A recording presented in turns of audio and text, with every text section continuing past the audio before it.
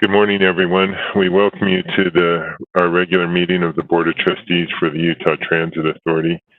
I'm joined by my colleagues Beth Holbrook and Kent Millington, and I'm Carlton Christensen, Chair of the Board of Trustees. And we apologize for the delay in our meeting. Trustees were tied up a little bit earlier, and so we appreciate your patience. Today is Wednesday, October the 7th of 2020, and we'll go forward with our opening. I would ask Jana Osler if she'll read a statement regarding our electronics meeting determination. Jana, thank you. Thank you, Chair. This is the electronic board meeting determination signed by Carlton Christensen. It reads, consistent with provisions of the Utah Open and Public Meetings Act, specifically Utah Code 52-4-207, Section 4, and acting in my capacity as the Chair of the Board of Trustees of the Utah Transit Authority, I hereby make the following written determinations in support of my decision to hold and convene electronic meetings of the UTA Board without a physical anchor location. 1, conducting board and board committee meetings with an anchor location that is physically accessible for members of the public to attend in person presents a substantial risk to the health and safety of those who may be present at the anchor location. 2, this determination is based upon the following facts, among others. The COVID-19 pandemic is ongoing and significant, and continued community person-to-person virus transmission continues to occur in the state of Utah. And federal, state, and local health authorities have adopted guidelines for the general public and businesses to encourage institutions and individuals to take precautions, including limiting in-person interactions and recommending increased virtual interactions. This written determination takes effect on October 7th, 2020, and is effective until midnight on November 6th, 2020, no more than 30 days after the effective date of this declaration, and may be reissued by future written determinations of the Chair of the Board at that or any other appropriate time. Dated this 30th day of September 2020, Carlton J. Christensen. Thank you, Jana. With that, we'll begin with our Safety First Minute and turn to Sheldon Shaw. Good morning, Sheldon. Good morning, Mr. Chair. Good morning, trustees. I wanted to point out an unfortunate event in our history. This week, back in 1871, was the Great Chicago Fire. It was believed to have been started by an animal in a barn. It burned for 3 days. Unfortunately, it burned over 3 square miles of the city of Chicago. Over 100,000 people were homeless, and over 300 died. Because of that, this is Fire Prevention Week in the United States. Just 2 or 3 reminders to make sure you don't become a statistic. 3 in 5 fatalities in home fires are in homes that don't have a working smoke alarm. And the number 1 cause of accidental death is carbon monoxide poisoning. And so we need to make sure we have those detectors in our homes, that we're checking the batteries, and that we're testing those alarms. And finally, less than half of us have an escape plan for our families in case there is a fire. And so that's something that we should all practice and have available. Thanks for the opportunity, Chair.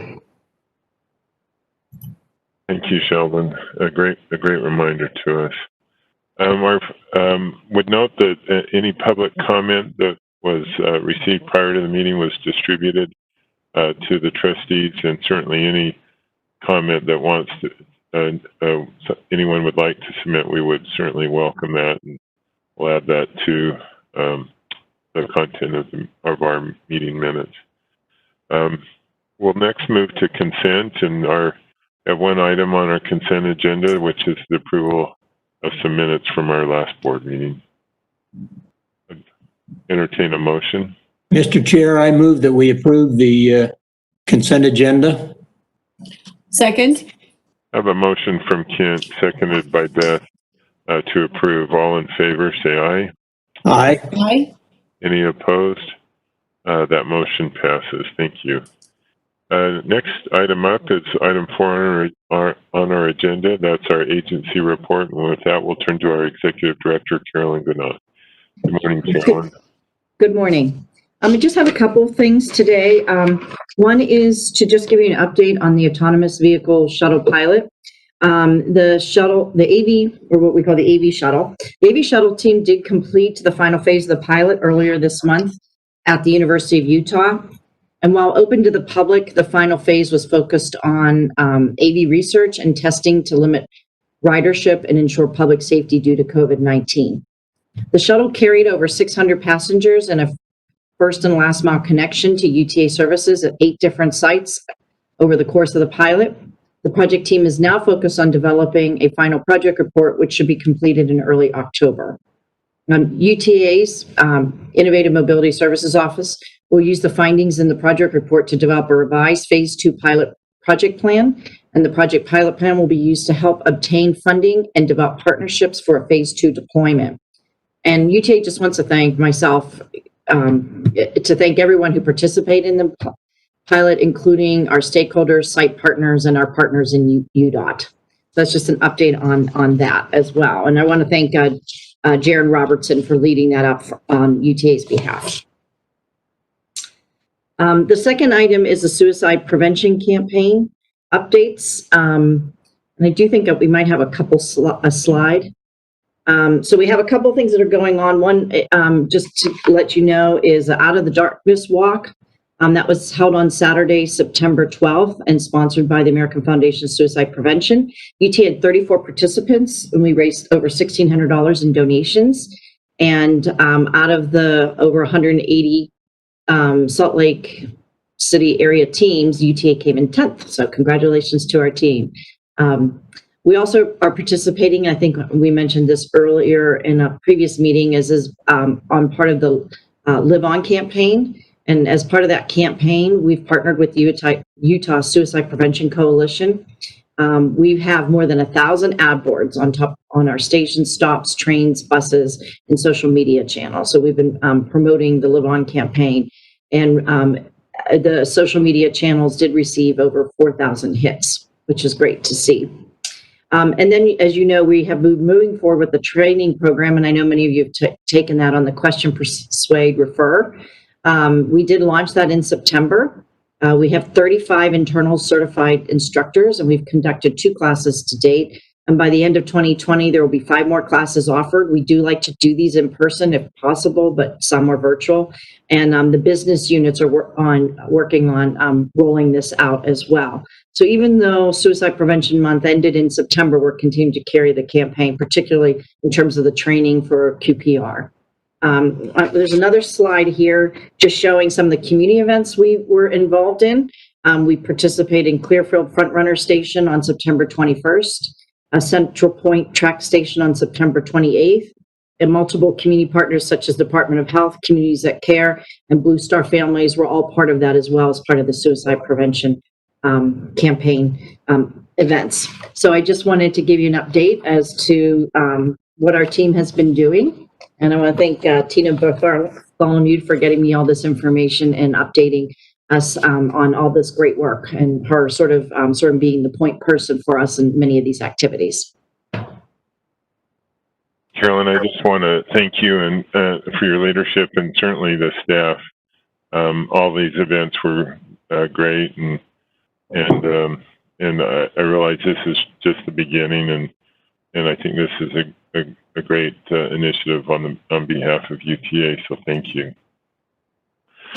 I was also jokingly going to say that it's too bad they removed the title from the University of Utah. It could be used today to bring the vice presidential candidate to the debate. That would be a great side, although I'm not sure whether the Secret Service would go along with it. So anyway, we'll look forward to that. Any questions, however, for Carolyn? Okay. And Carolyn, I assume that was the conclusion. That's the conclusion of my report. Okay. Thank you. All right. Thank you again. We'll next go to our financial report. And with that, we'll turn to our new CFO, Bill Green, and Brad Armstrong to do that financial report. Welcome, Bill and Brad. Thank you, Chair Christensen. I'm going to let Brad handle this. I think my training wheels are still on, so Brad's going to take it from here. Great. Good morning, Chair and members of the board. My name is Brad Armstrong. I'm the Senior Financial Manager of Financial Analysis and Budget here at UTA. I want to cover the financial results for the month of August 2020. We want to start off first by going over an overview of our results in our dashboard, and then talk about changes in revenue from both the passenger side, sales tax side, and CARES Act funding, and then conclude by talking about changes in our expenses versus our budget for the year. As you can see here in our board dashboard, we've had a number of green and red lights on the board. If we look at the top line on the right side, we can see sales tax revenue for the full year is running about 1.2% above budget, which is outstanding given the current economic uncertainties we all face. One of the things that's happening with regard to the overall economy, which we monitor on a daily basis, is Utah's economy is one of the top 3 in the country in terms of unemployment rate. Along with Nebraska and Idaho, we have the lowest unemployment rate in the country, which is around 4%. That's helping contribute to this situation. Part of that is due to one of the most diversified economies in the country, according to measures of the University of Utah, and also through additional stimulus that we've received. Going down, we can also see in the next line that fare revenue is down about 36%, so it's a red light. And that's driven by, if we go down a little bit further, we can see ridership for the year is down about 41% versus prior year. And so ridership drives our fare box revenue for the most part, and those are the kind of things that we're seeing. If we look at the graph at the bottom, we can see sort of sales tax trends. The red line is the 6-month moving average of sales tax growth year over year. And we can see that it was very strong at the beginning of the year and January 20, and then it's fallen off, though it's still very positive.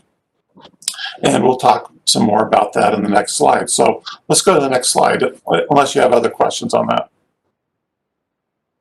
Okay, so with regard to passenger revenues for 2020 on a cumulative basis, we've received a little bit over $23 million in passenger revenues, but our budget was $36 million. And so there's a difference in that red bar on the far right of about $13 million less fare box revenue than we expected so far this year, which again was driven by ridership.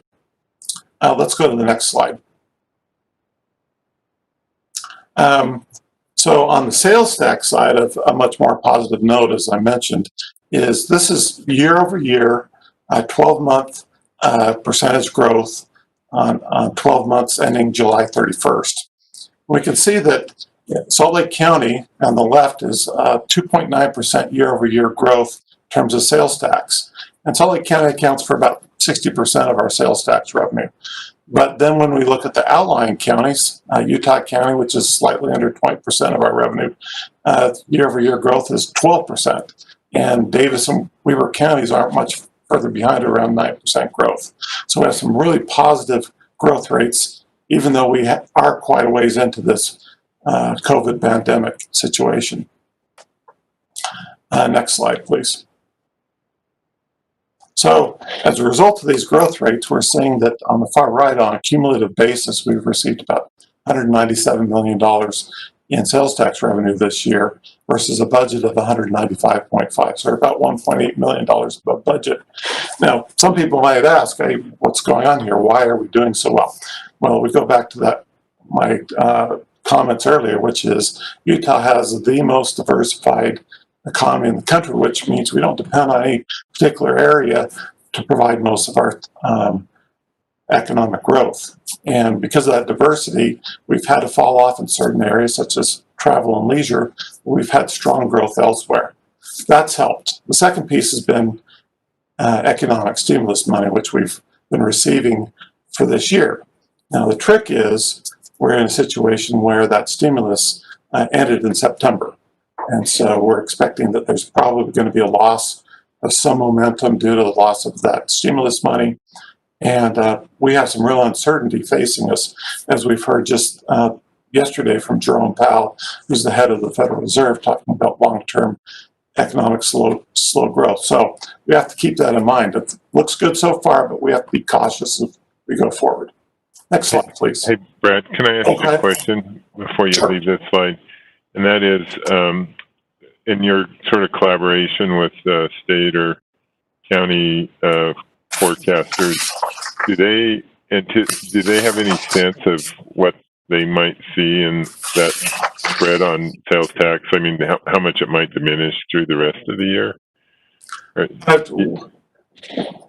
I think all of us have been really surprised, honestly. I actually spent time talking with economists at the state and also with other economic observers here in the Salt Lake County, and we've all been really surprised by the strength of our sales tax revenue. So I think the answer is we don't know. Okay. But right now, the outlook that according to I work with people who are part of the governor's office of management and budget, and they have a revenue assumptions group there. And right now, it's fairly optimistic right now in terms of the view. But the big unknown is this whole stimulus issue. Sure. Okay. Thank you. Okay, moving on to the next slide. And so, as a result of this situation, well, moving on to the CARES Act. On CARES Act funding, we're receiving CARES Act funding to help offset our operating expenses. And so far this year, on a cumulative basis, we've received almost $55 million in CARES Act funding.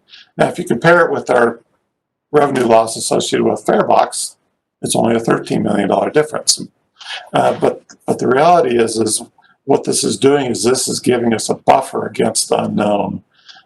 This, in the long term, we suspect there's going to be economic softness, and we're going to have continued revenue losses. And this CARES Act funding is helping buffer us against those anticipated softness that's going forward. Next slide. Going on now, we'll be talking about operating expenses through August 31st. So this is a comparison of our actual expenses versus our budget for the year. And in this particular view, we're looking at it by mode or by group. And so one of the things that we're looking at here is on the administrative side.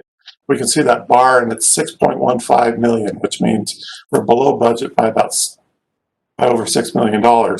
A big part of that is being driven by a couple of things. Is we have in our IT and in our capital development area, we have studies that will be done but have not yet been done, or services provided to our IT people.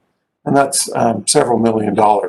We also have other areas such as insurance and those kind of things where we spent less than expected, or over the longer term of the year, we expect to spend that.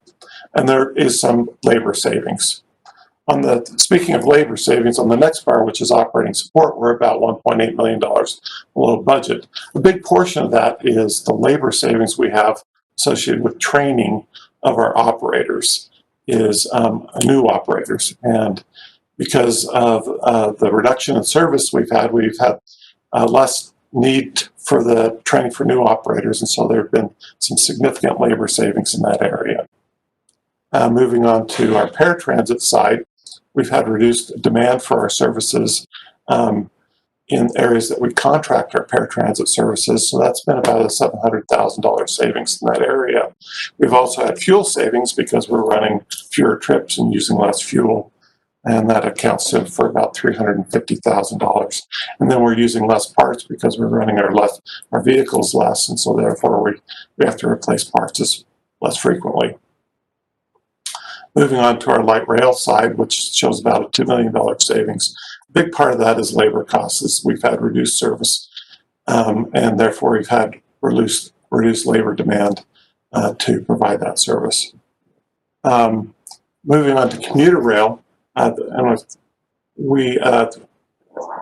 an interesting thing to me that a commuter rail train gets about a half a mile per gallon of fuel. So we have been running less commuter rail service, and as a result, we've been able to save about $2.4 million in fuel for commuter rail service. And we also are using, as I've said before, fewer parts because we're running fewer trains, and that's about $500,000 in savings. And then finally, with bus, we have a similar story with fuel. We're running fewer bus miles, and so we have about a $3.8 million savings in fuel and about $300,000 savings in parts. Do you have any questions on this? Okay, next slide. And so this is another way of slicing our budget versus actual numbers. We can see that our wages and benefits are down by about $3.7 million, again, due to a decreased need for labor to provide services. We have that services surplus of $4.3 million, which is driven by timing issues with regard to IT services, a reduced demand for outsourced air transit service, and similar items. Our fuel savings, which is the majority, which is the biggest category, almost $7 million in savings due to two things. One thing I mentioned is reduced use of our reduced miles driven by our vehicles. It is also, because of the pandemic, there's been an overall reduction in demand for fuel, and we've all noticed at the pump that prices for fuel have been much lower than we expected for the year, and so we have savings due to lower fuel prices. As mentioned before, moving down, we have reduced parts usage as we've put fewer miles on those vehicles, and all other includes all sorts of items that we've been able to save as we've tried to tighten things down, realizing that we have some economic challenges facing the team. And then in the final slide, we have a view by senior leader in the organization, or senior by organizational department. So we can see in the executive director area, we're about $3.5 million below budget, primarily due to IT services, which are embedded in our executive director area, about $1.5 million. We have that. We have service contingencies in there, and we have reduced labor in that area. And then the other big area, of course, is our operating, which we've already discussed. Fuel, labor, parts, those are all driving lower expenses for the organization. Any questions on that slide? Any questions from the board? Not seeing any, Brad. If not, that's the end of my presentation. I appreciate it. Well, thank you, and thanks both to you and Bill. Appreciate your efforts here. With that, we'll move on then to discussion items, and our first item up is 6A, is the Little Cottonwood Canyon Environmental Impact Statement, or EIS, process overview, and we'll invite Laura Hansen and Josh. I'm going to have to apologize. I want to say Van Jura, but is that correct? That is correct. Thank you. Okay. Well, welcome. And Laura, do you want to give an introduction here? Sure, I'd be happy to. Thank you, Mr. Chair. We are excited to have some guest presenters here, Josh Van Jura from UDOT and Vince Izzo, who is the lead consultant on the Little Cottonwood Canyon Environmental Impact Statement process. UTA is and Josh, you're going to have to help me with the official name here, but we're a collaborating partner on this effort, and UDOT's been very great to reach out to us and get input and ask for our feedback on various different sections and processes throughout the CIS process. And so they wanted to come and just give you an overview of where things are in this process, what alternatives are being considered, and what the next steps are moving forward. And so with that, I'm going to turn it over to Josh. Perfect. Thank you, Laura. And thank you for the opportunity to come and talk about our project today. But I'd like to start with a thank you to everybody at UTA for all the work that you've done in helping both develop, refine, and estimate all these alternatives. Really, all the help we've gotten from UTA has been fantastic, and we couldn't have gotten this far without you. So thank you. Just wanted to make sure we got that up out front. So So slide, please. So I'm sure many of you are aware where Little Cottonwood Canyon is. It's a pretty magical spot here in Salt Lake. And I just wanted to explain the study area, because many of us think of Little Cottonwood Canyon as really just the canyon proper, but we're looking at SR 210. So SR 210 actually begins at the mouth of Big Cottonwood at the intersection of Fort Union there, and travels south along Wasatch Boulevard. And then it turns into North Little Cottonwood Canyon Road at what's commonly called the Lakai High T, and then travels east up to Snowbird and Alta. And I'm sure many of you are familiar with Little Cottonwood Canyon, but it's a scenic byway, and it has typical canyon features that you would expect, right? Steep grades, tight curves. It's a true canyon. So that presents some difficulties in trying to balance preservation versus transportation. Slide, please. So our project purpose. Our goal is to substantially improve safety, reliability, and mobility on SR 210 from Fort Union up through the town of Alta. So I think mobility is pretty commonly understood, and that's the ease of travel along a roadway, basically trying to eliminate the congestion. The other part of this is reliability. So reliability, as UDOT defines it, it's that degree of certainty and predictability.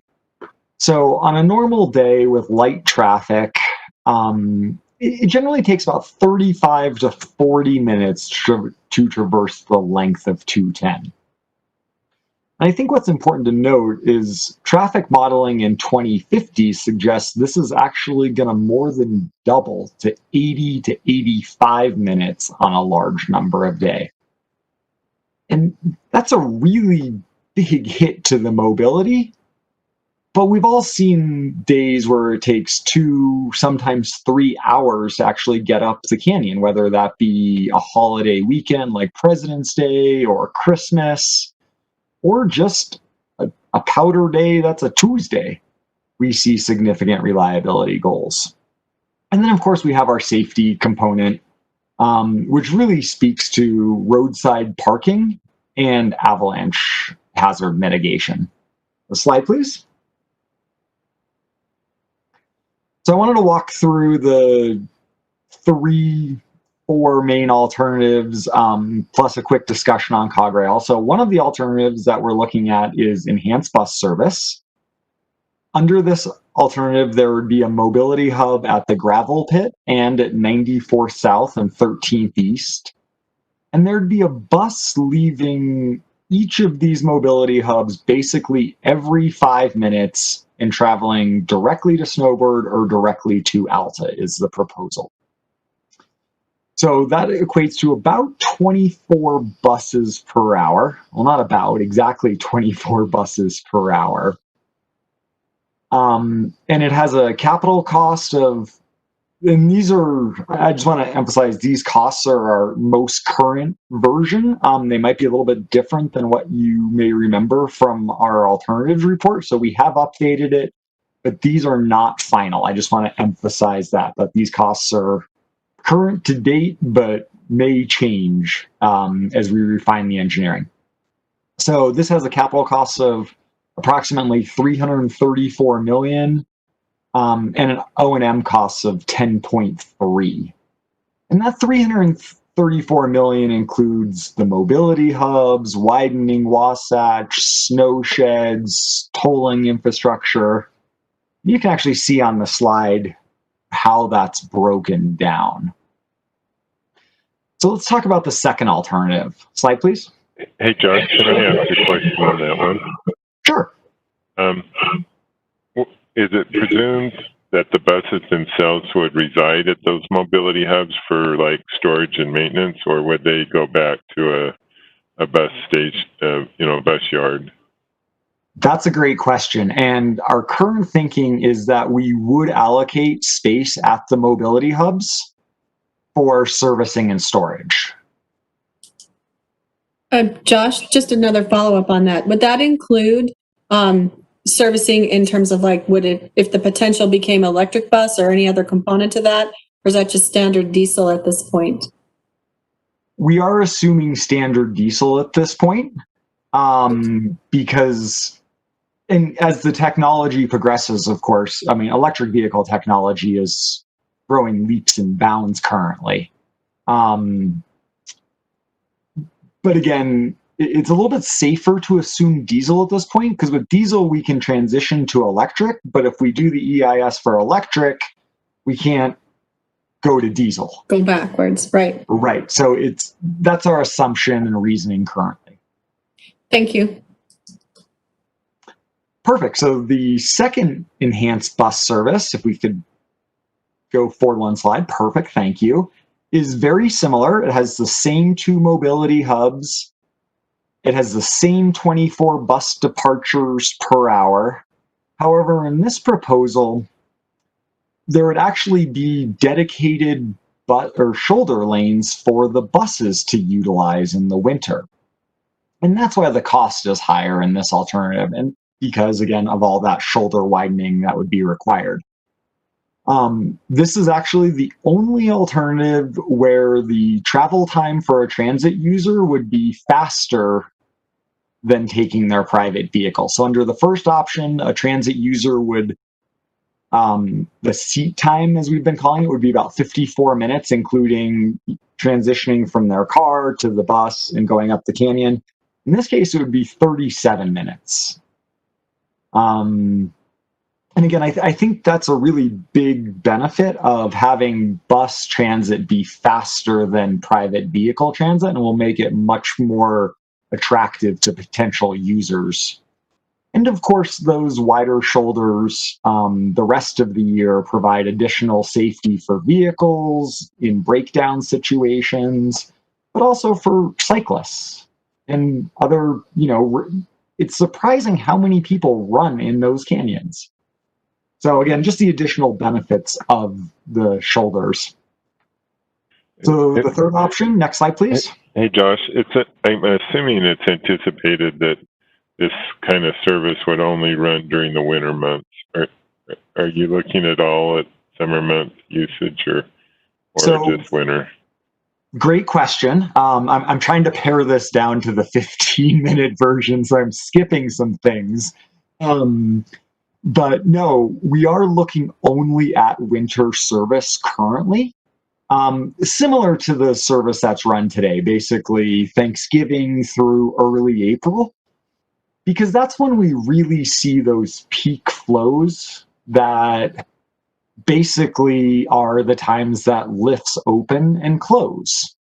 Whereas summer demand is much more spread out over the day. You get a higher percentage of people that are showing up at 10 a.m. or 1 p.m. rather than that peak flow for the 9 o'clock lift opening. Thank you. So the next option that we're considering is a gondola. And we'll talk about a second gondola option that isn't final yet, but under this alternative, the gondola base would actually be in the Little Cottonwood Park and Ride. And you would take a bus from either of the mobility hubs up to the mouth of the canyon, where you transition into the gondola and then proceed up to Snowbird and Alta. This does have a higher capital cost, but a little bit lower O&M costs. And under this scenario, there'd be a gondola leaving the park and ride basically every 2 minutes. And this isn't the type of gondola you may be familiar with if you're a skier. This is the 3S gondola, so each cabin holds a little over 30 people. So it's a much larger gondola, again, than many people are used to. I just wanted to point that out. But however, in this situation, you would drive your car to a mobility hub, at the mobility hub, you'd catch a bus, and then the gondola. So this is essentially a 3-seat ride. which is a bit concerning. And the other part of this is there's actually not enough room at the park and ride to accommodate. I'm sure there's an official name for it, but I've been calling it a kiss and ride lane, where parents or spouses drop somebody off, give them a kiss on the cheek and push them out the passenger door and say, call me when you get back down, I'll come pick you up. The Little Cottonwood Park and Ride's a really tight spot. So let's talk about another option for the gondola. Next slide, Josh, please. I apologize. Can I just ask one question before you move on to this one? On that discussion piece where you talked about the fact that the gondola would run every, was it 3 minutes? Is that correct? 2 minutes. 2 minutes. Okay. So would that mean that there would be an increased bus frequency on that as well? Or what was the thought behind that? And or would the bus simply be every like 15 minutes or something, and then people just stand and wait? So we would have increased bus service during those peak times from the mobility hub. And then once we got outside of those peak times, it would kind of revert back to the 15-minute service. So a hybrid of the two. And then okay. Yep, and then ramping up again at the end of the day. For the reverse peak. Okay, thank you. Oh, great questions. So I included this option. This isn't officially an option yet, to be totally honest, but there's been a lot of discussion about this option. So kind of wanted to let you know where we're thinking. To be completely honest, we think the traffic works on Wasatch for this option, but we're not sure yet. So that's why I'm saying this is an asterisk option. It hasn't officially become a reasonable alternative yet. Very similar to the last gondola option, except instead of the base being at the Little Cottonwood Park and Ride, it would actually be along North Little Cottonwood Road right above Lakai, if you're familiar with that. The developers put together a really good plan for that, of how they can get buses in and out. And under this situation, there would actually be parking for 1,500 to 1,800 vehicles at the gondola base station, which would eliminate one of those transfers for a large number of gondola riders, which certainly brings some benefit and the perception of a shorter ride, right? Because you get to be in your car for the first little bit of it. It is a little bit more expensive capital cost-wise, again, because it's 0.3 of a mile longer. But actually, the O&M cost is a little bit less just because there's less bus service required coming from the mobility hubs, again, because there's 1,500 stalls at Lakai. So the last option, slide please. And I will say that this slide has not been updated since you probably last saw it. I'm going to move over just a titch because the sun's coming in my window and blinding me. I apologize. It's also probably making my forehead really bright. So Figured you were in line. The last option is the Cog Rail, and UTA and a number of other people that commented on our reasonable alternatives suggested we look at some various options with the Cog Rail. So that's exactly what we've been doing based on those comments. One of the things that's different versus this is we have started looking at the main alternative would actually start at Lakai, which really gives it an apples to apples comparison rather than connecting it down 94th, the old historic Sandy Station, because that gave it a severe disadvantage in that we were essentially, proposing 6 additional miles in track, and it was really ramping the cost up. So for apples to apples, we are looking at that Lakai start for this. And also to keep the costs more, in line with the other estimates, we are looking at diesel technology versus overhead catenary. So the overhead catenary, of course, we talked about avalanche hazard in the canyon. And yeah, overhead wires and avalanches do not mix well together. So that drove up the quantity of snow sheds significantly. And snow sheds are about $25,000 a foot. So again, to keep that price in the reasonable range, we are looking at diesel. We are maintaining that same 15-minute headways that was proposed here.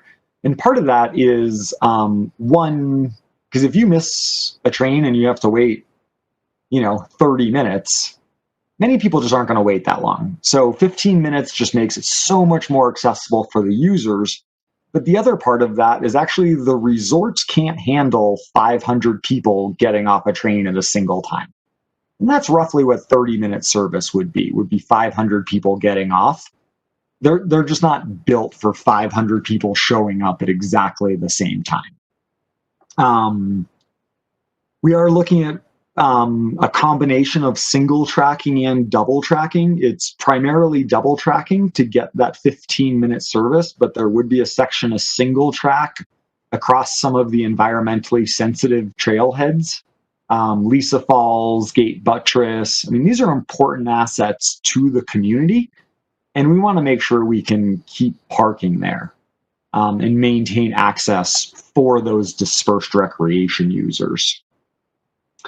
So again, we are revising the estimate to keep it more in line with the other alternatives. And this sheet is very out of date, but it gave me something to talk to. And we will have a new one, hopefully in the next couple of weeks. Is there any questions regarding this slide? Josh, I imagine it comes with the estimate, but are you thinking your capital costs would be this high when your revised estimates come in? No, we do expect them to be reduced. The amount is hard to say. Again, it's going to be lower, right? From just removing the overhead power and the snow sheds and 6 miles of track. But where it's actually at right now, I have a feeling, but it's not much more than that. Vince, do you have a better feeling than I do, or not comfortable enough to say at this point?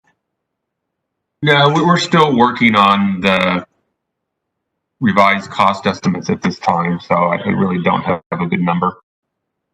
10-4, that's kind of what I thought. But again, we do expect it to come down. But yeah, I'd be hard pressed to say a number today with any confidence.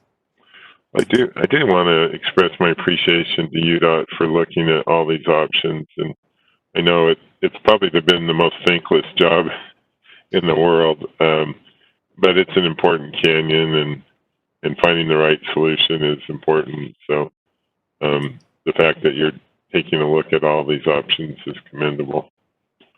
Absolutely. No, this is a great project. I moved here because of this canyon. Literally. I came here on a family vacation in March of 1996, and I moved here in September of 1996. Literally because of this canyon. So yeah, it's important to many, many people. Looks like Beth has a question for you. I do. Thank you. And Josh, by the way, it looks like you're in a cabin right now. So I was wondering if you're actually in Little Cottonwood, but that was a whole nother question or a whole nother thing. I appreciate how you've looked at this, and I'm a skier and I love Alta. So I definitely appreciate the thoughtfulness of looking at this strategically.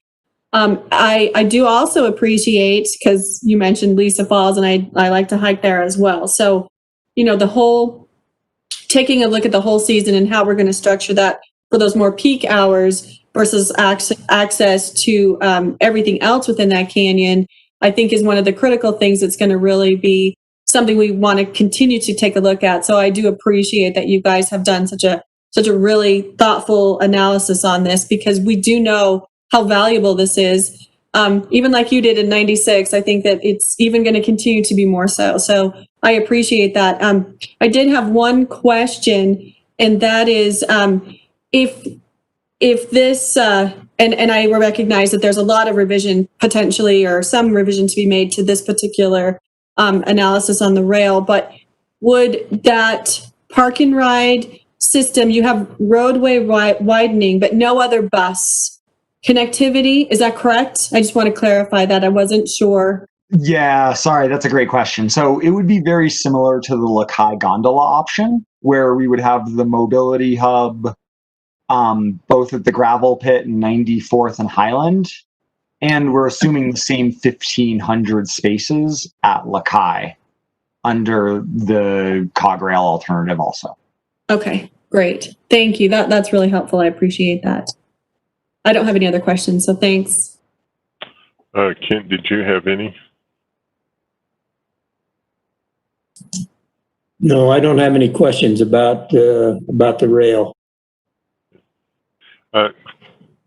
Josh, what is your time frame to sort of finalize or come back with a recommendation? So we want to make sure it's done right? We can't sacrifice quality for speed. But our goal is to have the reasonable alternatives addendum, basically this refined engineering, out this fall.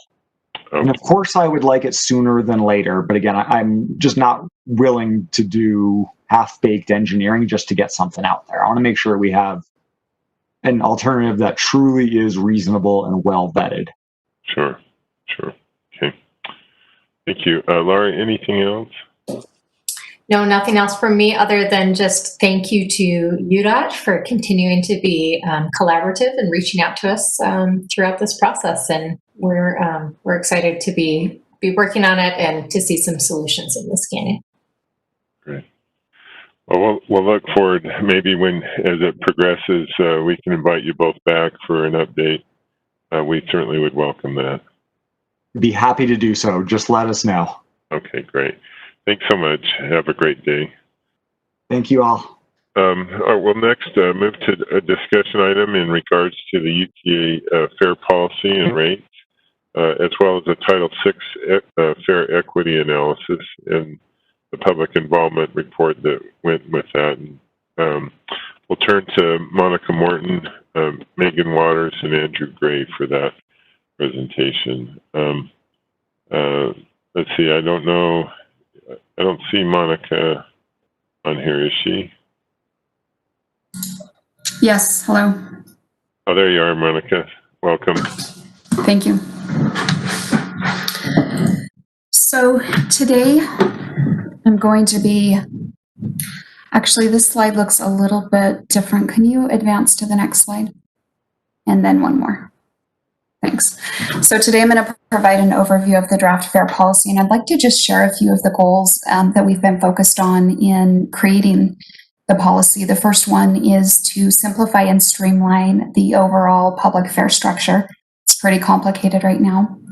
The second one is to apply consistent multipliers to the base fare, and that will simplify our pricing of the other public fares.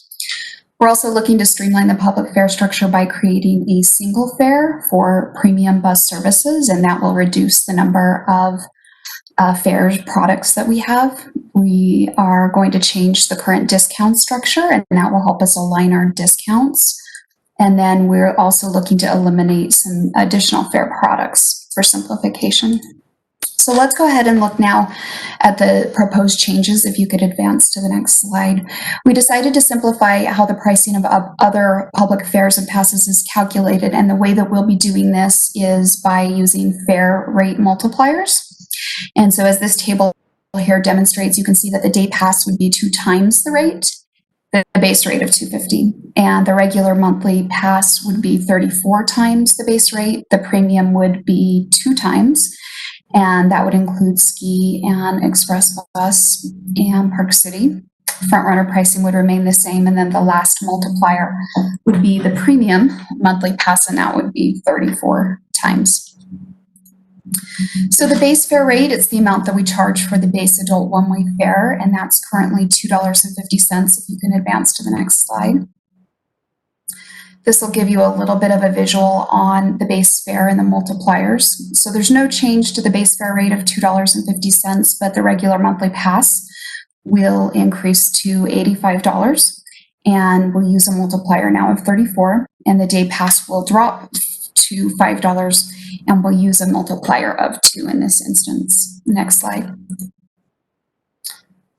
Looking at premium bus pricing, the proposed fare for Express Bus, Ski, and Park City would be consistently priced at 2 times the base fare rate. That would be $5. And the premium monthly pass, using a multiplier of $34 or 34 times the $5, would decrease to $170. Next slide, please. Now I would like to go over discounts. So our goal with this proposed change is to align our discounts. So currently we have discounted products at 10%, 20%, 25%, 40%, and 50%. So this proposed change moves us from 5 discount levels down to 2. And all of these steps bring us closer towards simplifying and streamlining. So one way we can accomplish this, if you can see on this chart, is by changing the 25% Horizon discount to 50%, and also the youth discount to 50%. And then the fair pay discount would change from 2 separate discounts into 1, and that will be a single discount of 20%. Next slide, please. Let's review fare products and media. We're proposing the elimination of the fare media and products in this table. So right now we have the premium monthly upgrade pass. Our goal and plan is to eliminate that. That can be replaced with just the premium monthly pass. Tokens, including 10 and 50 packs, and there's several replacements to this fare product. We've got, or to this fare media, we've got the monthly pass, the fair pay card, still accept cash. We've got the mobile app, and then we also have a one-way ticket. The Park City 30-day pass. Sales volume is really low on that, and riders can still use a fair pay card or pay cash. The Flex Route Deviation Punch Pass will be eliminated, and riders can still use cash on that, and then would also eliminate the monthly passes sold on TVMs, and the sales volume related to those is extremely low as well. I do want to mention, though, on our tokens that we will be phasing them out when we implement this policy. And right now the implementation date is scheduled for December 1st. And tokens can also be exchanged for a new media type. We'll give a credit towards the value of a new media. And then we're also going to continue to accept tokens, even though we'll stop selling them when we implement this on December 1st of this year. We'll still accept tokens through change day of 2021. So there will be time to use them, and there will also be time to exchange them. So next slide, please. This table here that you can see along with the next 2 slides is just a high-level summary of the current fares and what will be effective on December 1st. The changes in red are increases and products that will be eliminated, and then changes in green represent fare decreases. So as we mentioned earlier, the monthly passes, eliminating the round trip, that'll be the day pass will replace that. The deviation punch pass. Next slide, please. Just a couple more slides. We've got the express bus and ski buses changing. We're eliminating, like I said, the Park City, the upgrade passes. And then last slide that I have, please. We'll be making the fair pay discount will change. That'll be $2 using fair pay on bus one way. And then ski will go from $4.50 to $5. Our other fares, the discounts, like I said, will be increasing. And so those prices will drop. It will now be $42.50 for the low income Horizon monthly pass. So if you don't have any questions, I'll be open to questions, but if you don't, then Megan is actually going to continue with this slide presentation and discuss the public outreach that was done as part of this fare change process. Let me just double check. Are there any questions at this point for Monica? Okay, we'll go to Megan then. Thank you. Thank you. Good morning. My name is Megan Waters. I'm the Community Engagement Manager. So I have the public engagement report for these proposed fare changes. Next slide, please. We opened a public comment period on July 22nd for 30 days, so through August 21st. And the public comment period was notified through public hearing notice that was published on July 22nd. We had multiple ways for the public and the community to submit comments on the proposed changes, including email, snail mail, online forum, our Open UTA platform, as well as through phone calls and in person at customer service locations in all of our geographic areas. We held a public hearing virtually over Zoom on August 6th at 6 p.m. And we did not have a lot of registered participants, but we were able to live stream this event on our Facebook page and share the recording afterwards, which did get some traffic. So people were watching and engaging with that information. In order to sort of be creative about the virtual nature of our engagement, we did want to offer some in-person opportunities for people safely without gathering large groups. So we worked with our customer service teams across the service area in 4 locations to support these ongoing informal open houses. So we had the information on the proposed changes displayed on site at customer service locations, and folks could come in and review the information and leave their public comment on site. This was available during business hours and available throughout the public comment period. Finally, comprehensive information was shared on our website at rideuta.com, and people could engage with that information and share comments on Open UTA. Next slide, please. Megan? Yes. Just a question. Perhaps you're going to answer this later, but how many people actually did you engage? What kind of response did you get from all of that effort? Yeah, so I will address that. Thank you, Trustee Millington. We got 120 official comments, but you'll see here on this slide some rough estimates of our engagement for kind of promoting the engagement opportunities. So we're pretty confident that a lot of people had access to the information, saw the information one way or the other. So we're pretty excited about the engagement that there was on social media, on our website. We did collaborate internally to get the information shared with partners externally. So through our civil rights program, our travel training, we all kind of helped share it out to get the word out. And we did share with over 14 partners, our Citizen Advisory Committee, Univision, Art in Motion partners, our coalition partners at the Salt Lake Valley Coalition to End Homelessness. So there was a lot of external collaboration and information sharing about the engagement opportunities that were available. Okay. We also, from all of those responses, did you get any significant negative feedback about the changes, especially those that were slightly increased? I don't suppose that people would complain about the decreases that right there. So I will go into the sentiment analysis in just a couple of slides. Okay. Sorry.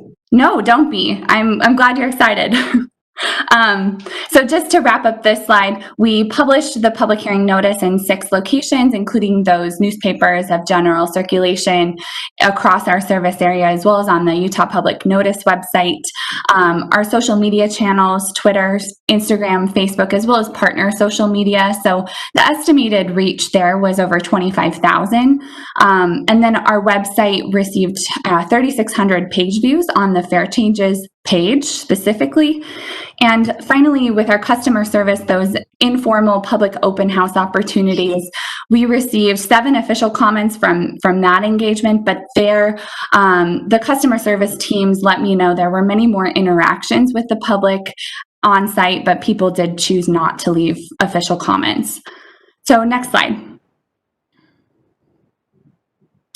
I think Monica showed most of this information, but this is what was displayed both on our website as well as in print at the customer service locations, giving a high-level overview of the proposed changes. And then we had an opportunity again on site for people to leave their comments. Next slide, please. So here we're getting into the public comment results.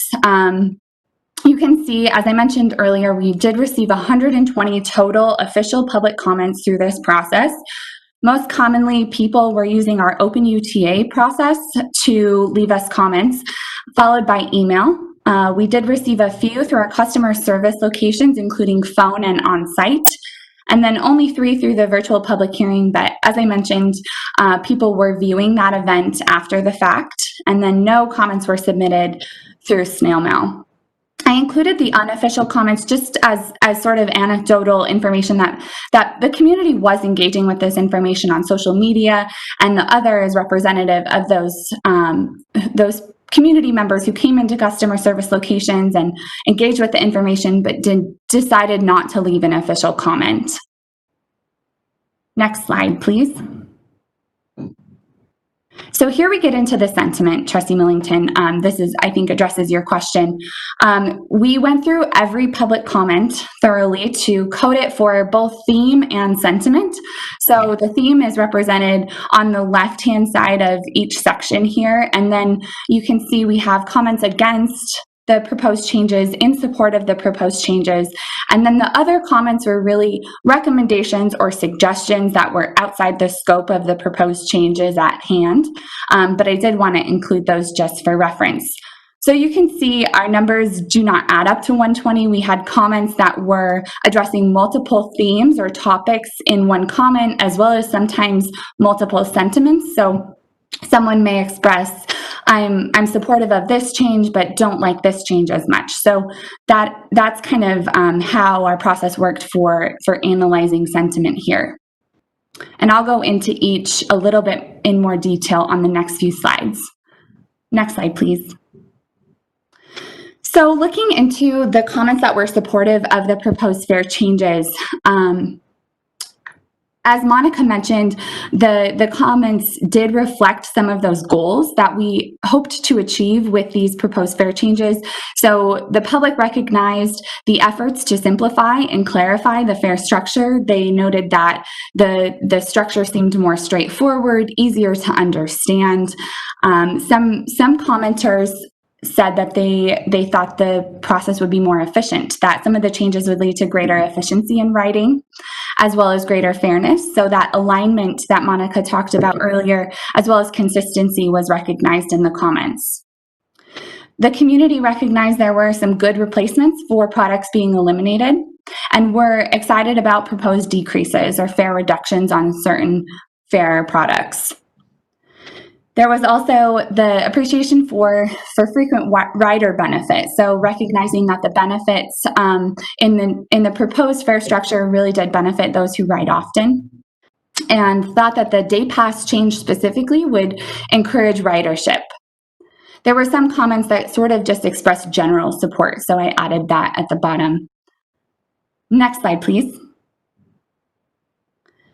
In terms of comments that were in opposition to the proposed fare changes, some of the themes that came out of those comments included affordability. So there was comments that expressed that the increases to some of the fare products may impact lower income riders disproportionately. They also talked about the timing of the proposed changes. So with the current economy and the COVID-19 pandemic, there was question about the timing of these changes. There was also some question as to whether the fare increases would discourage ridership instead of encourage ridership during this time.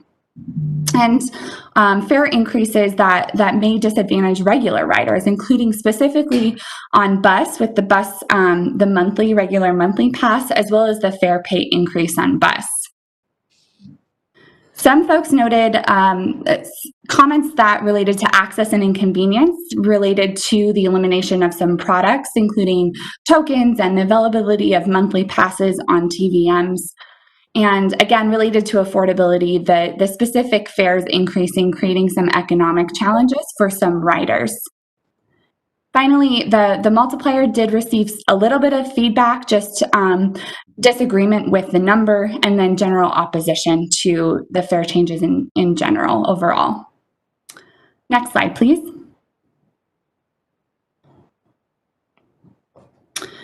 As I mentioned, we did receive quite a few comments that were outside the scope of this fare change proposal, but I did want to note just a couple because I think they're useful for us as we move forward, that people did take the time to write to us and tell us their ideas and suggestions for fare structure improvements. So comments on this topic really ranged from improvements that could be made to existing products to increasing flexibility of products and point of sale outlets, costs and discounts.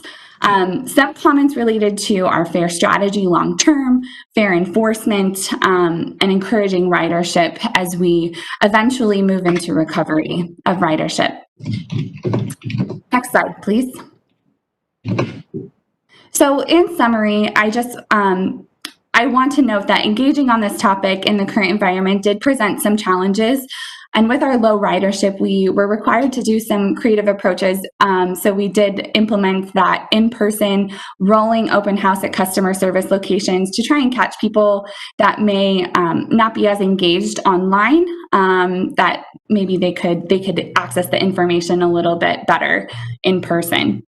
We did receive 120 official comments, as I mentioned, and more of the comments were unsupportive of the proposed changes than were supportive. But the support for the changes did relate to the efforts to simplify, clarify, and make our structure more consistent, as well as an appreciation for reduction in some fare categories. The opposition to the increases specifically really related to the regular monthly pass as well as the fare pay increase. And particularly the timing was a question, as well as the impact on regular bus riders who may be more economically impacted. There was a sentiment that priority on ridership and incentivizing ridership could be increased. So in conclusion, I just hope that we'll consider all public comments and concerns in the final fare change proposal and then use those other comments, those suggestions that community members wrote to us about in our continued efforts to improve the fare system at UTA. That is my presentation. I'm happy to take any questions. Megan, first of all, thank you for your efforts there. Seeing the diversity of outreach to multiple ways of at least giving people an opportunity to give feedback is, especially in the current environment, is commendable. I'm sure it was no small task, but let me look to the board for any questions they might have of you. Let's see. Kent, you had a question, and I don't know if it got it. I think it got answered, but I want to make sure. Well, I have another question, and that is because you actually got more comments of the official comments that were unsupportive of the changes. Are you thinking of making some changes to the proposed fare structure as a result of the fact that most people were unsupportive? So my role, I think, is to steward this information here and share the public comment. There weren't that many public comments overall. We can see 120, and we did put forth an effort to engage and saw that people were engaged on social media, online. So there may be a lack of interest potentially in the information. I think the comments are worth considering as we look at the fare change proposal. But I think there were a lot of comments in support as well as that concern about the timing and regular monthly pass and fare pay increases. So I don't know if that answers your question, Trustee Millington. Well, it doesn't really. The question is pretty straightforward. You put out to the people to comment about here's the proposed fare structure. Most of the comments, the official comments that you got back were unsupportive. Have you made any changes to the proposal that the people saw? Trustee Millington, I can speak to that just a little bit. After you hear the Title VI analysis, I'm going to share with you how both the Title VI analysis and the public outreach did impact. I will share that after this, and how we analyze the changes and then how those play into what changes would be recommended being made to the fare policy. All right. I will get to that specifically. You're welcome. Thank you. That's great. And I had a question as well. I don't know if this is really for Megan. I appreciate, Megan, how much you detailed the information and how you acquired it. But Monica, just a question about one of the public comments that came up that was against it. I didn't know how challenging this would be potentially, but access. I don't know exactly, and I don't know if we know, where do people that have, where do people purchase the bulk of our products, or is it, so in other words, if we are eliminating something that they could get access to it and now it's not, are we going to be able to address that?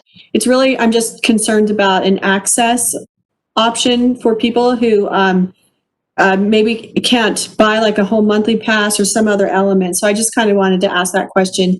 It's probably more towards you, Monica, and you might already be addressing this in the Title VI, but just wanted to put that out there.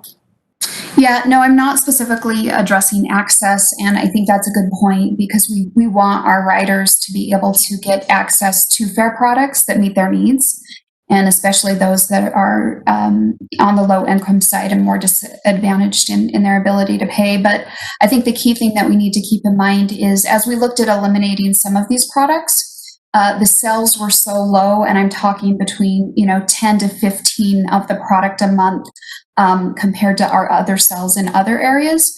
And we do have a really good suite of other products that they can get access to that for some reason they maybe have either not known about or they didn't choose to buy for some reason or another. But I feel pretty confident about the suite of products that we have and the access that we have. What we've done over the years is that we've just kept layering things on top of one another. And so really we're just skimming off of the bottom, and this will allow us in the future to actually open access even better, because by the simplification process, we're looking at other opportunities that, in my opinion, will be better off and give us greater access.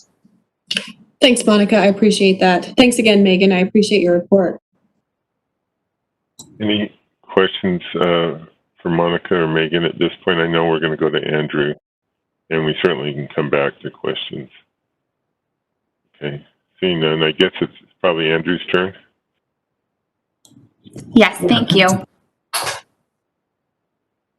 My name is Andrew Gray with the Civil Rights Team. I'm our compliance officer for Title VI and DBE. And so part of my purview is reviewing all of the needs for our Title VI compliance and the considerations that go along with it.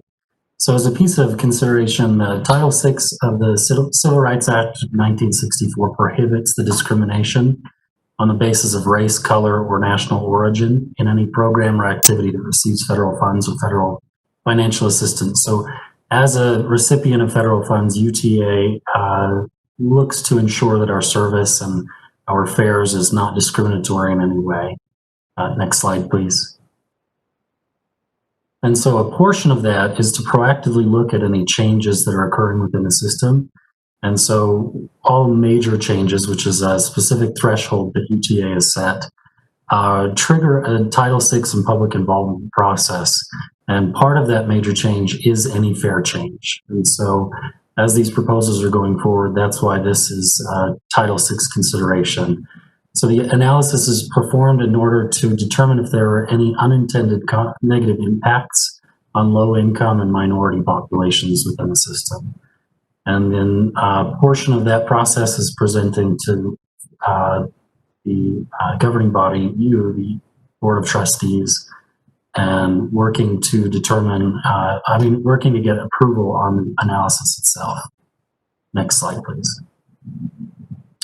And so in the past, we've looked at maps and we've looked at demographics gained through the Census Bureau, whereas with ridership, with fares, we're looking at the people who actually use the fare products themselves.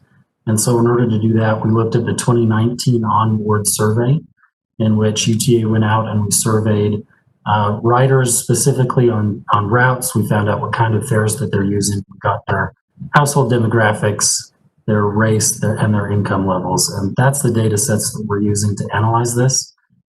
And so as we're looking at it, we look at specific products that are being proposed to have changes done on them, and then we'll compare them to the entirety of everybody who was surveyed during that period.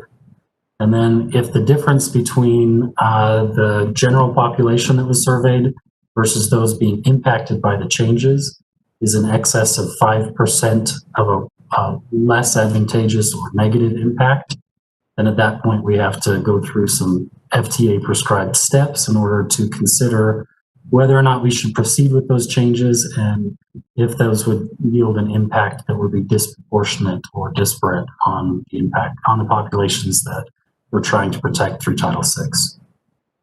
Next slide, please.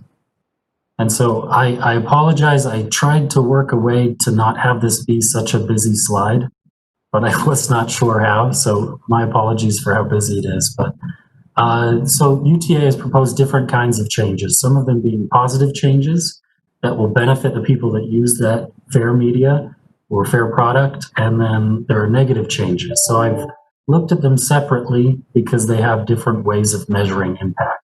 So as we're looking at positive changes, you can see that the table on the left, where it's the system average, that's the comparison population. And then the changes on the right, the tables on the right are the changes themselves, and then the percentage of people that are minority or low income that use the product.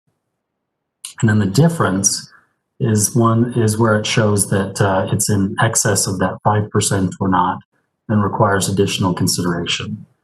So where we're doing positive changes, you can see that negative differences. So that means that there are less minorities or low income populations that use that. And so they are not benefiting from this change. You can see that express fare is one area that is predominantly not low income, not minority, as well as the fare, premium monthly fare is extremely not low income.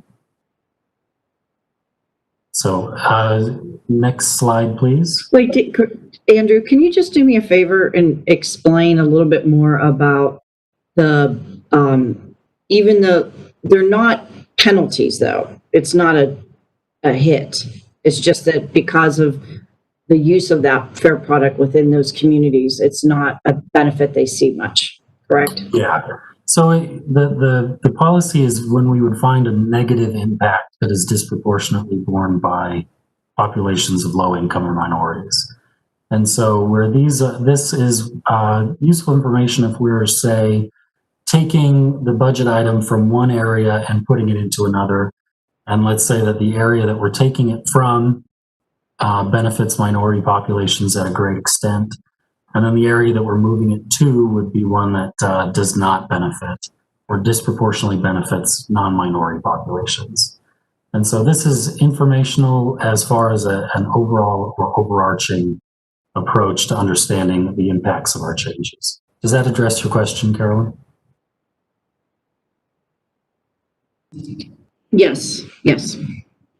And so the next slide is regarding negative changes, and this would be the one where the negative impact could be and is triggering a Title VI concern or finding. And so you can see here, it's the same setup as previously, the regular monthly fare increase. It's going from $83.75 to $85. So a slight increase of $1.25. And there is a negative impact on minority populations. And the removal of the round trip and the removal of all token products is another as well. And then as we're looking at the low income impacts, we're seeing potential impact on low income as far as it is related to removal of all token sales. And so the subsequent slides will be addressing more fully these potential findings and addressing how UTA is approached and thought about this. So please, next slide. And prior to getting to the individual changes, we also look at, in a system-wide approach of all of the changes that we're working with, how is it all of the changes cumulatively impacted our system? And so when we're looking at the low income positive, we're not finding any changes. And the only one that exceeds the 5% threshold is on minority populations on the positive changes, which is 6% greater than the system average, which essentially means that we're disproportionately benefiting minority populations on positive changes. And so the next slide will be going over individual changes as shown in the previous slide. So these changes are individually measured, and the impact of every change is examined. And they're viewed as they relate to how they negatively impact those utilizing the fare. So as Carolyn pointed out, the positive changes are unlikely or will not trigger any findings in regards to the positive changes unless they directly relate to a negative change as well. And so the three changes that were identified were the regular monthly pass, the round trip pass, removing that product, and then removing all token products. And so the next slide, this one goes over those specific changes. So whenever, as I said, we have a potential finding, UTA goes through prescribed steps to avoid, mitigate, and or justify why we have a substantial business justification to proceed with the changes despite any potential findings. And so the removal of the round trip pass is really easy because we immediately replace it with a lower cost day pass, which is actually a better product for people that are using it. And so that change was not inhibited at all and will proceed as proposed. The removal of all token products. The tokens are an item that we've used historically with human service agencies serving the homeless. And so we would sell those to homeless serving agencies at a discount, and then they would give them away. And so when we removed all of that, it completely negated the disparate impact. And the disparate impact is the potential impact on minority populations, which still left potential finding for people that are low income. But upon further analysis, we looked at the potential costs of tokens if we were to keep them around. Presently, UTA has to mint new tokens every 12 to 18 months, and that cost is up to $10,000 each time. And then there's just the administrative costs of collection and redistribution. They're put into the fare boxes, so we have to separate it from cash that's received, and then redistribute them back into customer service and other sales locations.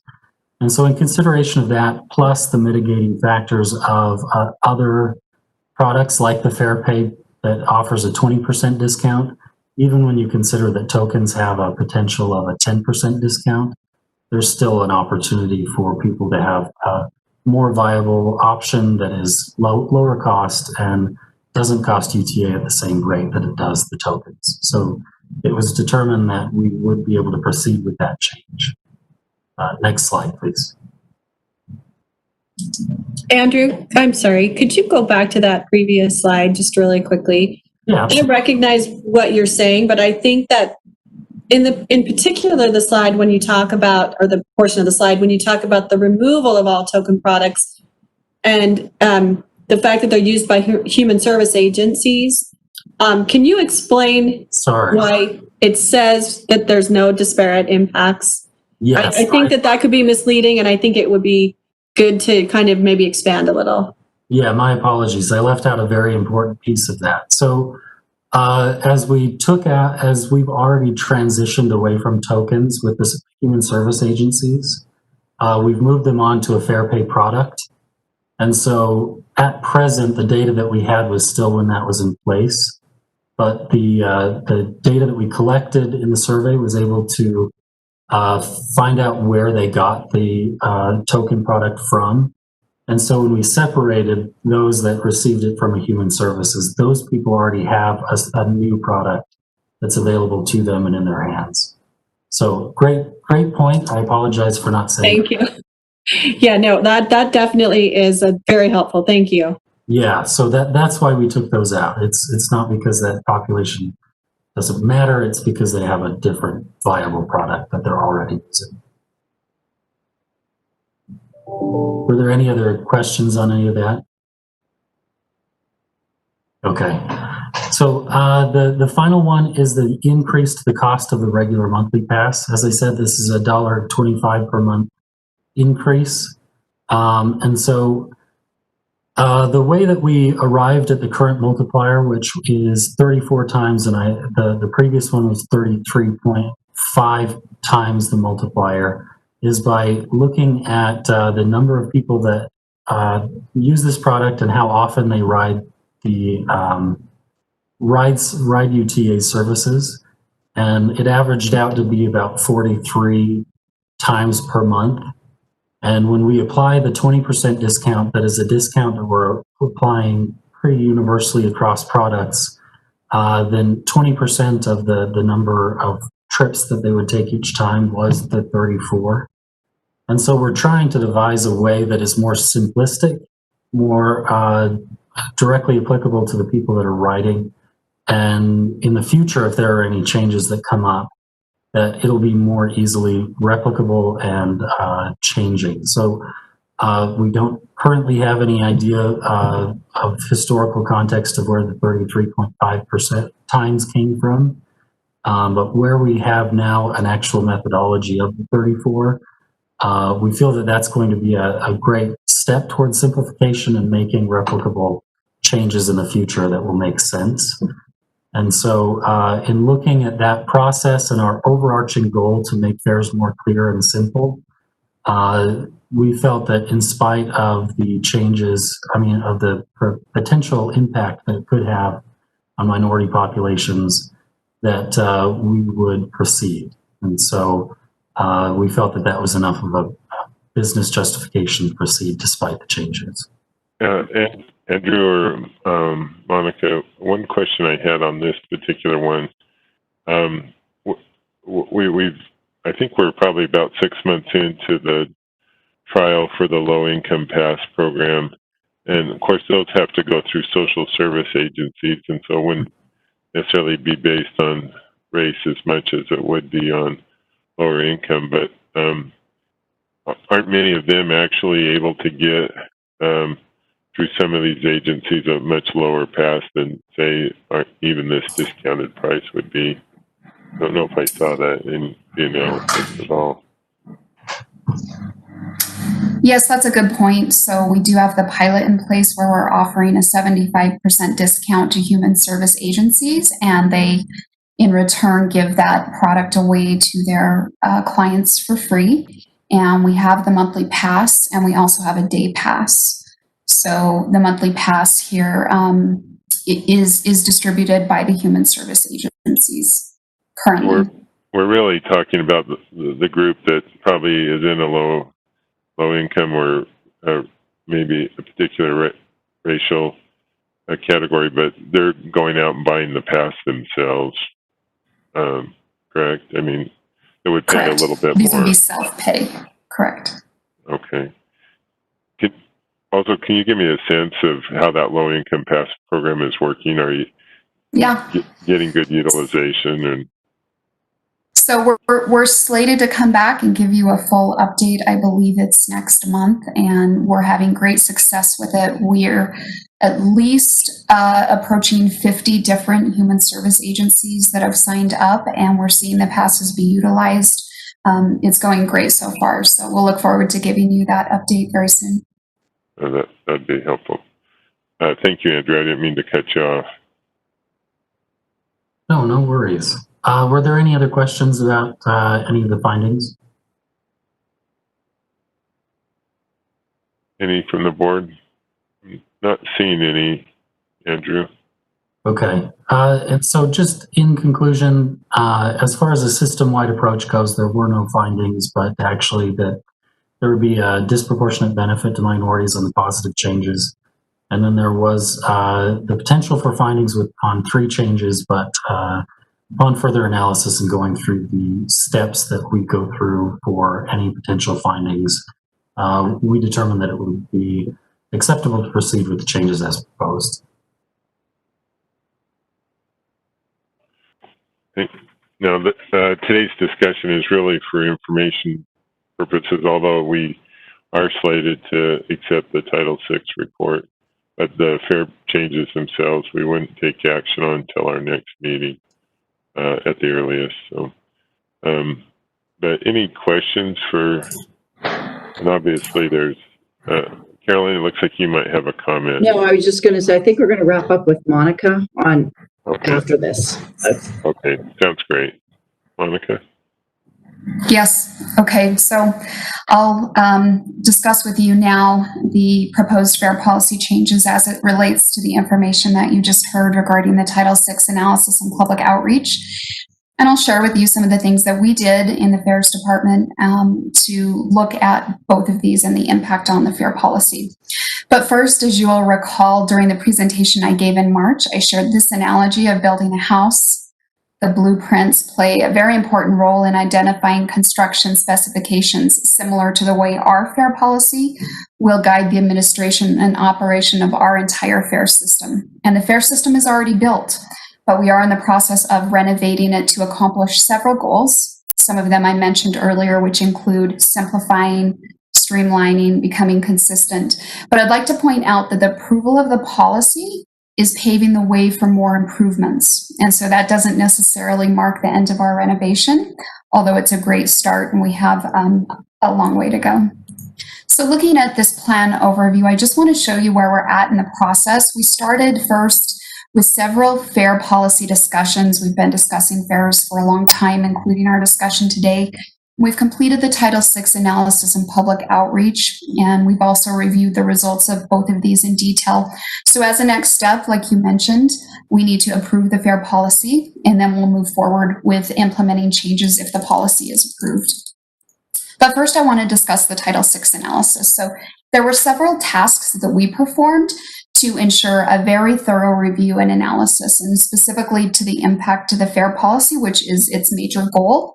But in addition to evaluating the final report, I just want to point out that from the start, we worked very hard on the onboard survey to make sure that the questions were tailored to obtain the best information possible from our riders when it comes to fare payment and the fare media that they're using.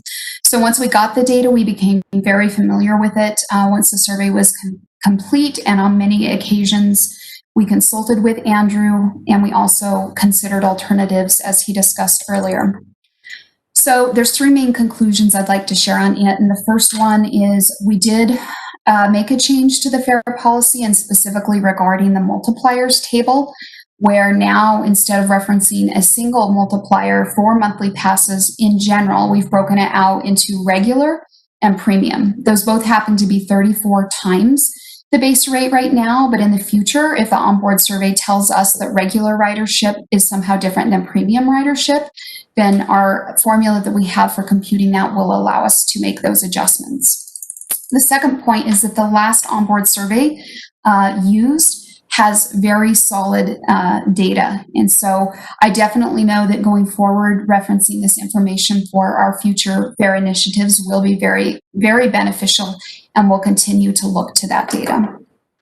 So aside from the change to the table referencing the multipliers, there would be no other changes to the fare policy that I would recommend at this time. Now I want to talk a little bit about the public engagement process. In including the review that we did of the final report, we met on a weekly basis with marketing and communications and looked at the feedback. We listened to it and tried to understand the impact. We also had a virtual public hearing, and there have been several questions along the way that we've answered, but we've also identified a way to address these concerns. And we've noticed that there are several initiatives right now that are planned or that we're working to put in place that will help address several of the concerns that came through from the public outreach. And Megan did a great job consulting with us on many occasions. But the conclusions now that I want to draw from the public outreach, and then I can talk a little bit more about Trustee Millington's question, is that the feedback is very valuable. And so obviously the more that can participate, the better. And I personally appreciate everyone that took the time to provide it, because our goal is to make sure when we hear the feedback that if the policy specifically doesn't address it, that we have opportunities from the policy that afford us the ability to actually put initiatives in place and address those concerns. There were several positive comments about this renovation and that the simplification is welcome, like Megan talked about, but this has been very encouraging. And it's helpful to hear the positive in addition to the negative, because often sometimes the negative can be discouraging. But although the public comment period is ending, our customer service is always available and they can take feedback, and that always gets passed along to the various departments, including myself and my team. But after reviewing the public engagement report, specifically to the fare policy, I don't recommend any changes at this time to what we've presented today. But I do want to conclude and share a few things that we can consider in regards to the recommendation of making no changes, and that is that this process has been very valuable, and we have a lot of information, especially information on fares outside of our changes that people are telling us and suggestions that they're making. And so this is information that we're incorporating into our future initiatives. But we're committed to engagement with the public. There'll be many opportunities to provide input as we go through our renovation. And as we monitor ridership during the pandemic, we're planning for some fare-related incentives to encourage ridership. So there's several ideas right now, and we will continue to move forward with implementing these incentives, including one that I'll share with you a little bit later in our meeting. But these are to help during this pandemic and this tough time, and they would be related to certain fare incentives that we can implement. And last, to mention, just that the draft fare policy, we do have guiding principles in that, and those principles include it's simple, it's easy, it's convenient, it's seamless, flexible, equitable, efficient, and sustainable. And these principles will continue to guide future strategy and decisions. And that concludes my presentation, but I do want to speak just a little bit to Trustee Millington's question earlier about asking specifically, we have more negative comments than we did positive. And so are we changing the fare policy because of this? And a lot of the negative comments came in related to specifically not only the monthly pass increase for regular, but also for the fare pay discount dropping 40% on bus. And there is a population out there that was relying on this discount, and we recognize that. And so we're in the process, and have actually been in the process for several months, to develop a second piece of our human organization pilot. And that piece is going to be a pilot that we can offer low-income individuals a better discount than just the Horizon Pass discount. And so we'll be coming to you next month for a discussion on a pilot over a low-income program that will give us the opportunity that will afford a 50% discount potentially to individuals that qualify as low income, and they can get a 50% off discount.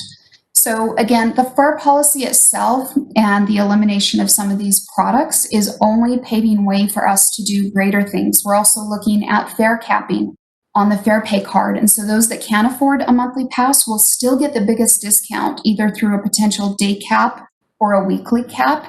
And IT has been putting together that technology. So there's a lot of great things on the horizon that, although our policy specifically takes away a couple of these products, we'll be able to address these needs through other initiatives. And I think that's really important, is this policy opens up the opportunity for us to do that in cooperation with you, the board, and getting your feedback.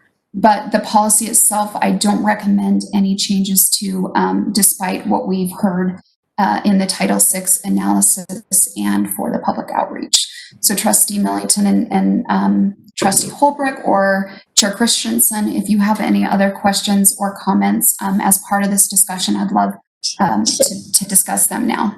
So this is Carolyn. Before we move to the questions, just to reaffirm sort of what Monica said is that, and to answer some of the questions like Trustee Millington, there is, granted, this is a process where we are taking comments, and the comments did range on the fair products or the fair discussion they're having, the fair policy, but also ranged in other areas. I think what we're trying to do is keep a simplified system and then work through programs targeting the communities that we see still need other discounts to have that happen. And I think Monica's work that she'll bring back next month is really useful. I think this does allow a simplification. I think the monthly pass, there's not as much of a change. It's like $1.75 more for a monthly pass overall, but I think the fare pay discount is one that probably people are more concerned about. So that will be something that we'll continue to look at in the programs. But I do think this accomplishes sort of the direction of simplifying the fare structure for us. Thank you, Carolyn, and thanks, Monica. Let me go to questions from the board. It looks like you have one. Well, just this comment, I'm the one that looked at Monica and said, make this simple. And long ago, and I appreciate the effort that's gone into making it fairly simple. This is a pretty straightforward structure given where we were. It still has some complexity to it, but it's nevertheless much simpler. So I appreciate that very much.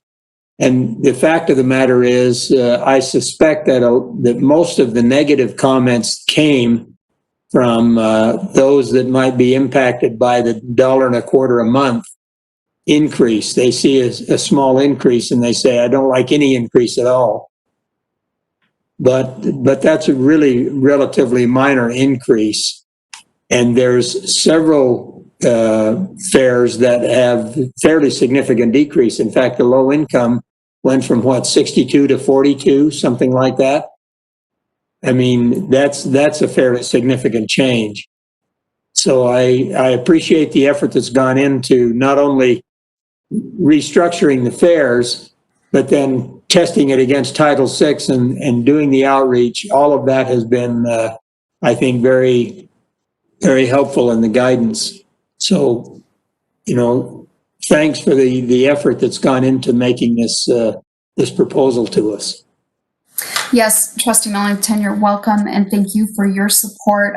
There is still more that we can do to simplify, and we will work towards that. So although we don't have it down to 5 fare products yet, and I'm not promising we'll get there, at least we are working, and this is a huge progress, so I'm happy with that.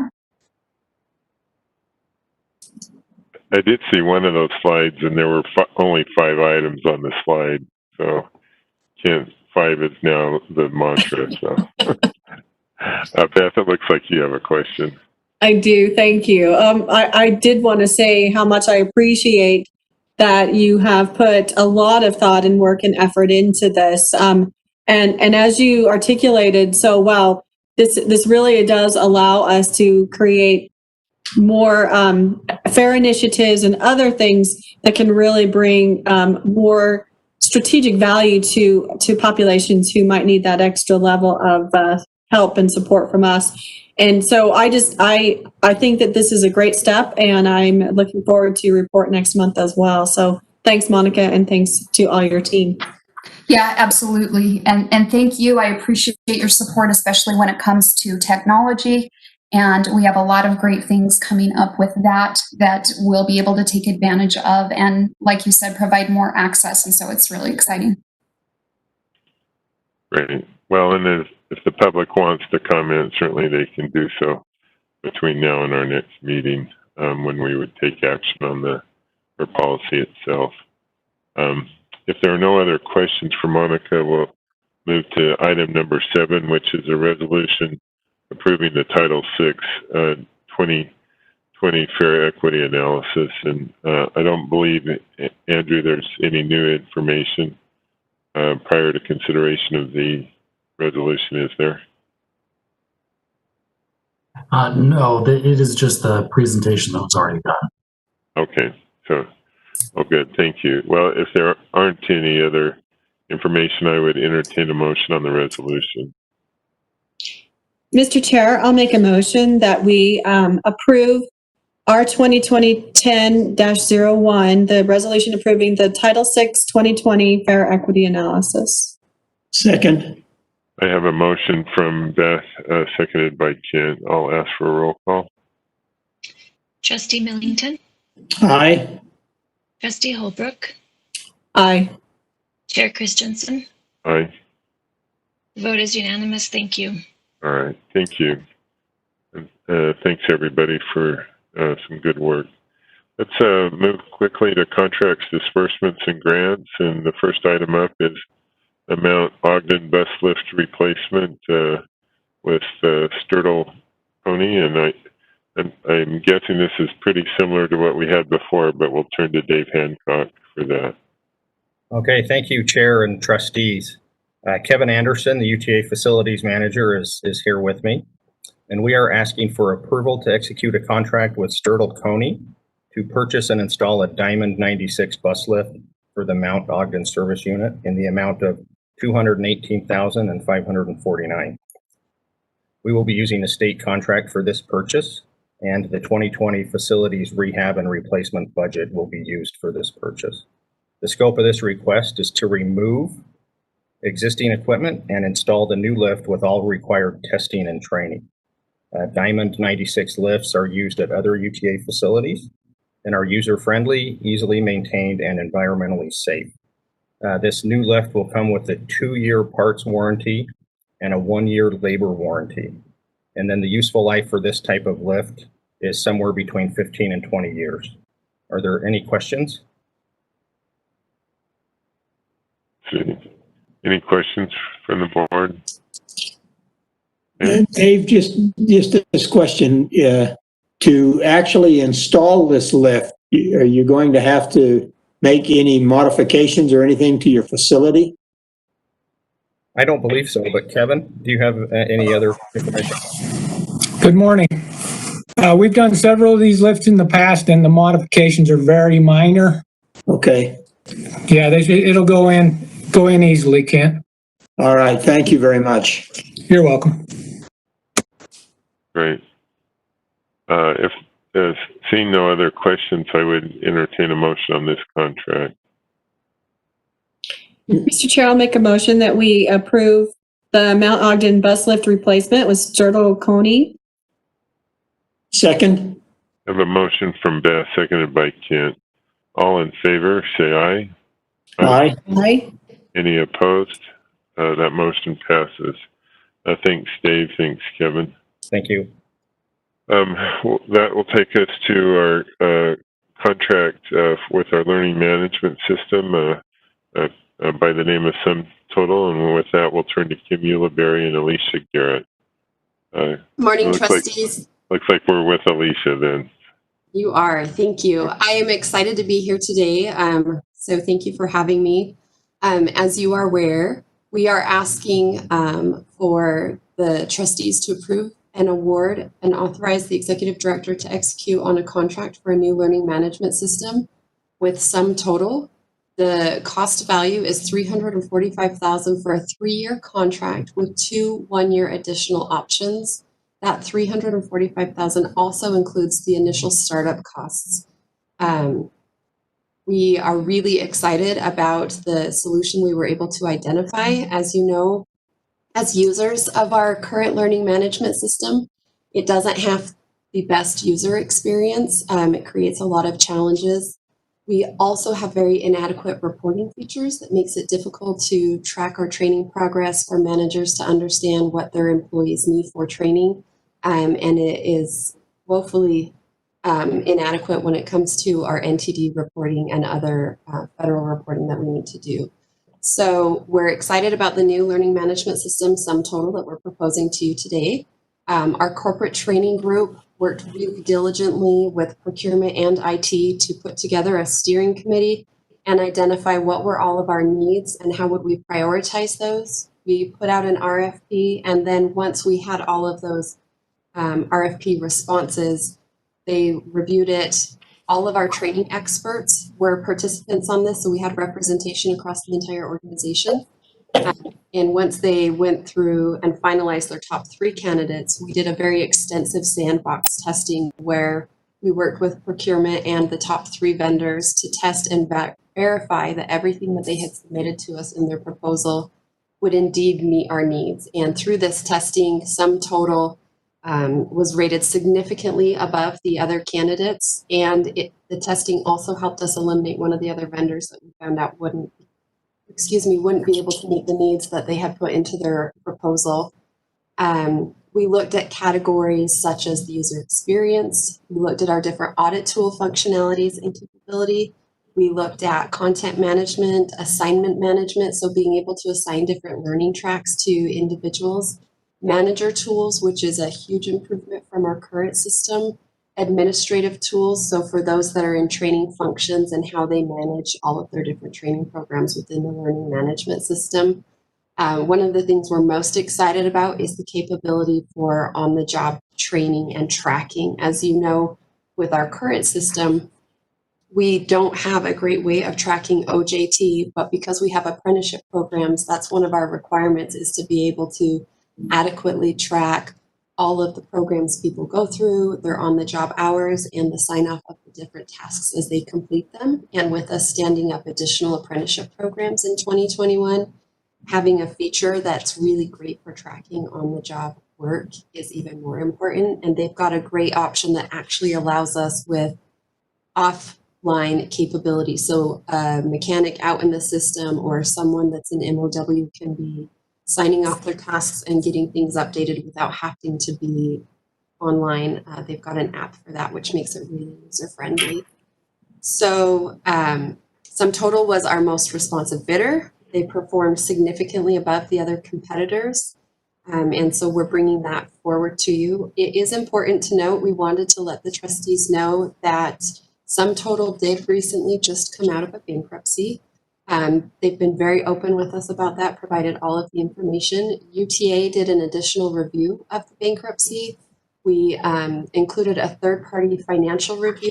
We also worked with the procurement team, the finance office, the AG's office, and the people office to determine if this was still the best direction. We all feel comfortable with the direction that SumTotal has emerged from their bankruptcy.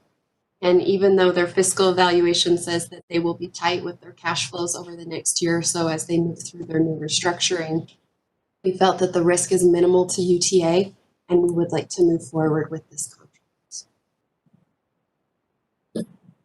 Alicia, thank you for that extensive background.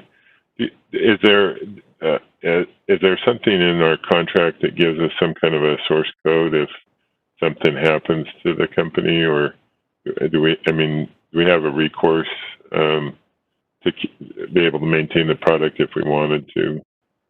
Yeah, absolutely. There's options that we can look at for that if we needed to get there.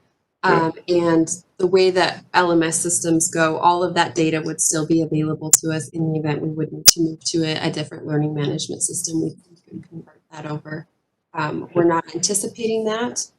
They do also have another product that we are actually already using. Our Skillsoft professional library is actually with SumTotal as well.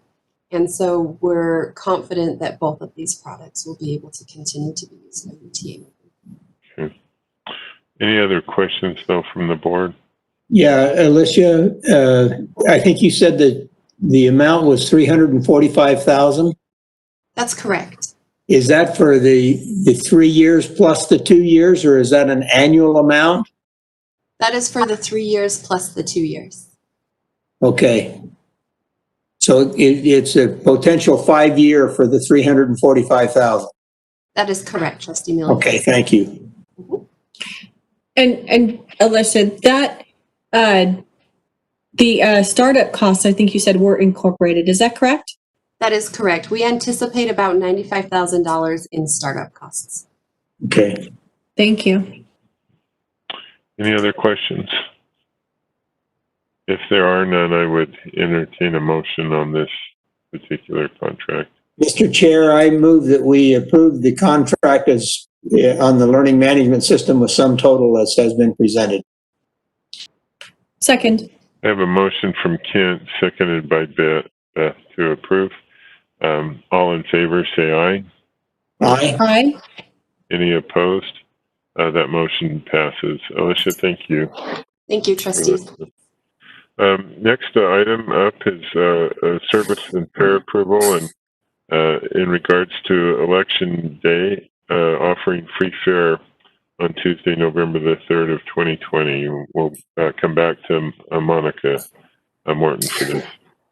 Thank you, Mr. Chair. We want to provide transit access for registered voters traveling to their respective polling station. And to accomplish this, we will provide free fares across the UTA transit line, including bus, tracks, and rail. So if the board approves fare-free transit on Election Day, we will move forward with communicating and implementing the tasks necessary to make this happen. We estimate the financial or the fiscal impact of the free fare promotion is a fare revenue loss of approximately $48,000. This estimate takes into account decreased revenue right now from COVID-19 and does not include past partner revenue. So with your approval, we will move forward and offer free fare on election day. If you have any questions, I can answer them.